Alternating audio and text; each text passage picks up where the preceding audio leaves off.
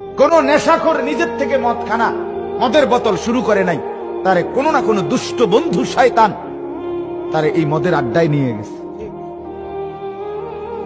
নারীর ফাঁদে ফেলে দিছে, সস্তা প্রেমের ফাঁদে ফেলে দিছে। এই জন্য বাপ, আমিও আফসোস করতে হবে, আপনিও করতে হবে।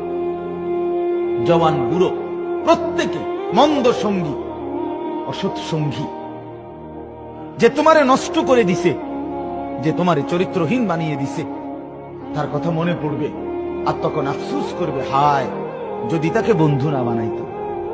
আহা তুই কি করলি আমার, আহা তুই কি করলি। মাদক দ্রব্য খাচ্ছে মুসলিমরাই, সে জানে না একবার মাদক দ্রব্য সেবন করলে 40 দিন নামাজ কবুল হয় না।